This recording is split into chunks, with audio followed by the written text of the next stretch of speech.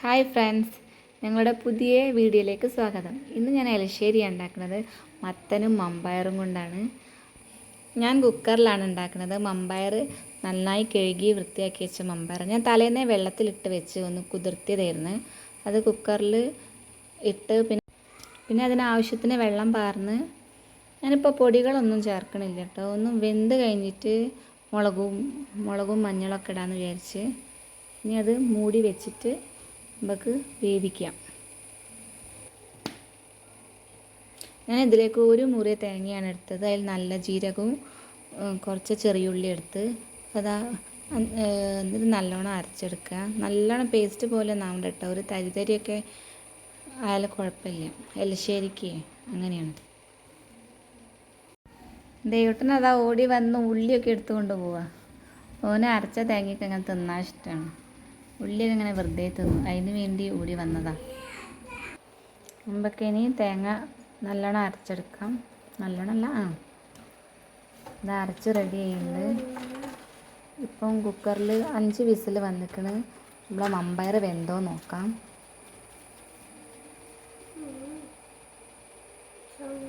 ഇപ്പം നല്ലോണം വെന്തിട്ടുണ്ട്. നമുക്കിതിലേക്ക് മത്തൻ മുറിച്ച് വെച്ച മത്തനും മഞ്ഞൾപ്പൊടി, കുറച്ച് മുളക് പൊടി,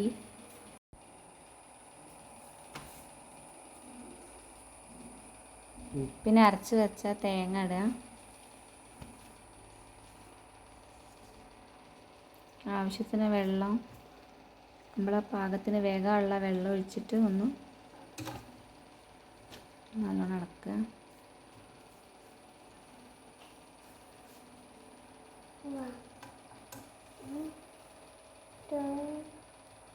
നല്ലോണം മിക്സ് ആക്കിയിട്ട്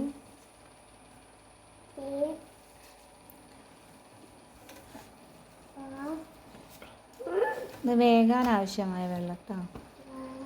ഇനി ഉപ്പിടുക. ഉപ്പ് നമ്മൾ ചേർത്തില്ലായിരുന്നു. ഉപ്പിടുക. കരിവേപ്പിലയും, ഇതിവിടെ ഉണ്ടായ കരിവേപ്പില കേട്ടോ, ഞങ്ങളെ വീട്ടിലുണ്ടായതാണ്.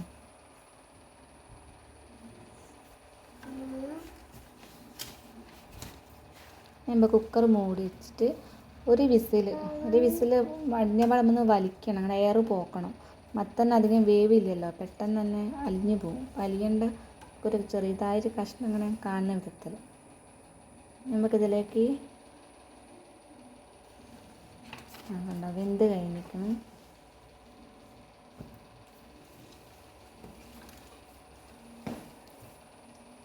ഒരു വിസിലായപ്പോൾ തന്നെ നല്ലോണം വെന്ത്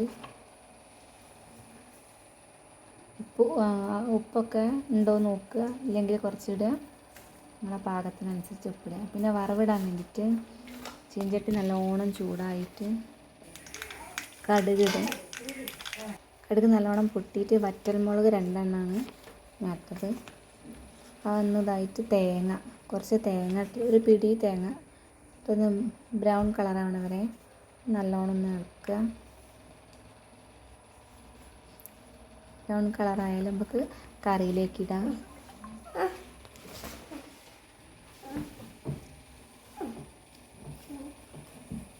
ഇനി ആ വറവൊക്കെ നമ്മൾ കറിയിൽ നല്ലോണം ഇളക്കി ഒന്ന് യോജിപ്പിക്കുക.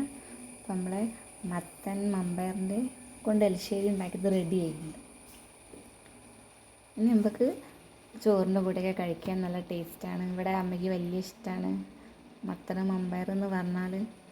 അമ്മ നല്ലോണം ഭക്ഷണം കഴിക്കും. മീനൊന്നും വലിയ ഇഷ്ടമല്ല. മത്തനും മമ്പയറൊക്കെ ഇഷ്ടം.